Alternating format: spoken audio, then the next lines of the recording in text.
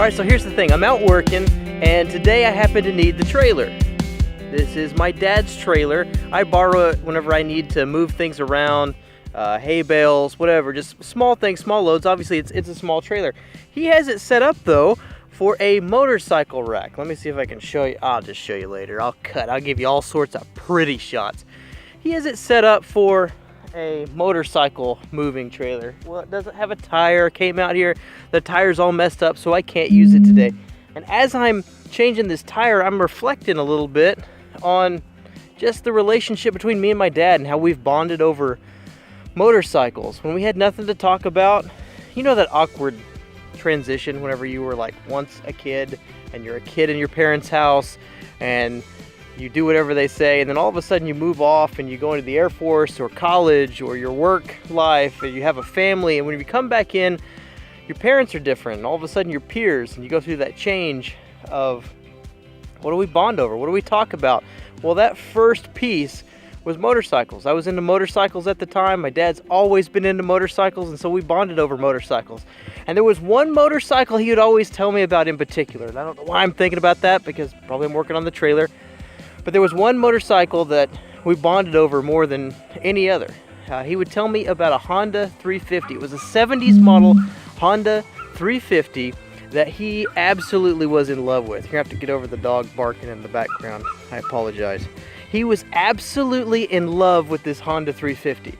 He wanted it. He's always been a Harley man, but he saw this Honda 350. It is lightweight, but has plenty of power. You can drive it anywhere.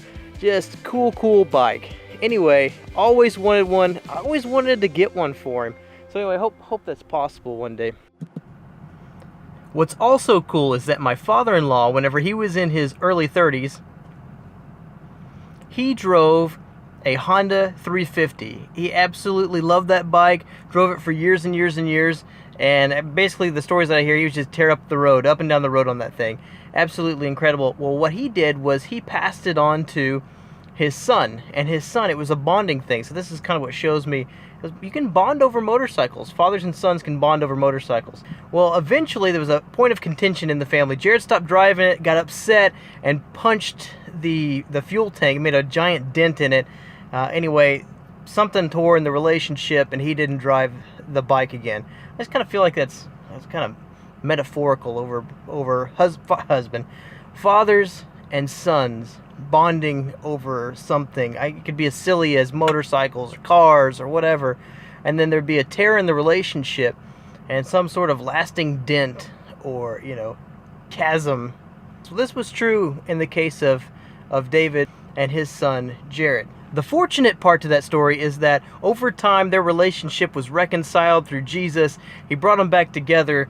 They're stronger than ever. The unfortunate part is, several years ago, David sold his motorcycle, that Honda 350, to somebody else. They took on the project, and the two guys weren't able to, reunite and bond over that thing. That's the bummer of the story.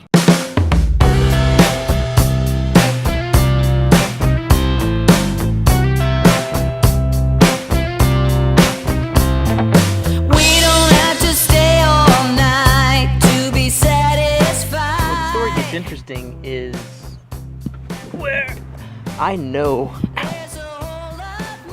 the guys who bought Dave's bike. I know the guy who bought David's old 350, so I got it all the way down to the punch in the gas tank. Just a minute longer and we'll reach the sky.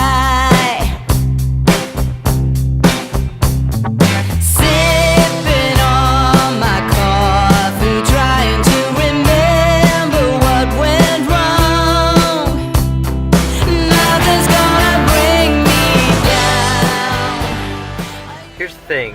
It's Father's Day, and I don't know if he's gonna like it. All that said, with all the talk, all the stories say, hey, I think this bike is something cool. I think it could be a cool bonding moment. All of that to say, I'm not sure he's gonna like it.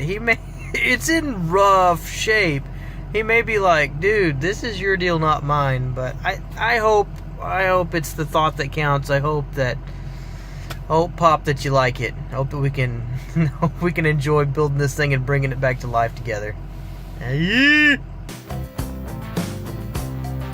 hadn't even seen it yet. Come on. Woohoo! Yeah, the Honda 350, 1973 Honda 350. Yeah. MAC. That's what I'm talking about. It has sentimental value because David had it, and he rode it in his 30s as a young pastor. Yeah. And passed it on to his son. They worked on it together, and then it sat neglect for we'll say a few years, and then he sold it off. And I happen to know the guys that he sold it to, and we were talking about it one day, and I said, hey, I'll buy that off you. And they said, make me a deal, make me an offer. So I made them an offer, and I said, I'd like to work on that with my dad. So I was thinking, let's work on this. This will be your bike. There's the title. Oh, well, no, it's your bike. No, you drive it for 30 years, and I'll drive it after that.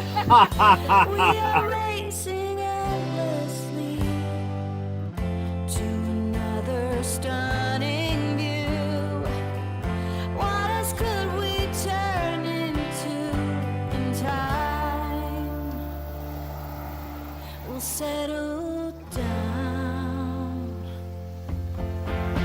Pop, good pickup, good Father's Day present or no? Yeah, that's great. You don't have to stick around. Tangled as we touch the ground with no sound.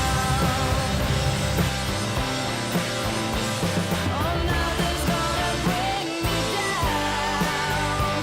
You don't have to stick.